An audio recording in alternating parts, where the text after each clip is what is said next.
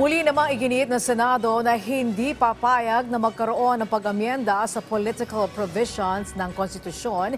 Ito'y sa harap na rin ng isinusulong na pagbabago sa economic provision ng saligang batas.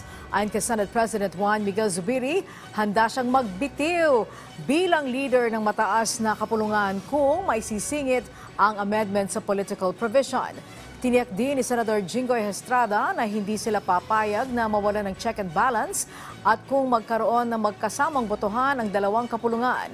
Sa Lunes ay magkakaroon ng caucus ang Senado para talakayin ang charter change. I don't think they will prevail. They will not succeed. Sinabi na ng President, it's too divisive. So, they have to take the cue from the President. Tsaka, una-una, ano ba gusto nila? Tanggalin kami? Buwagin kami?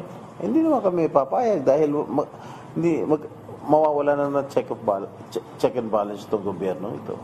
Pagka binuwag kami sa Kongreso, sa Senado.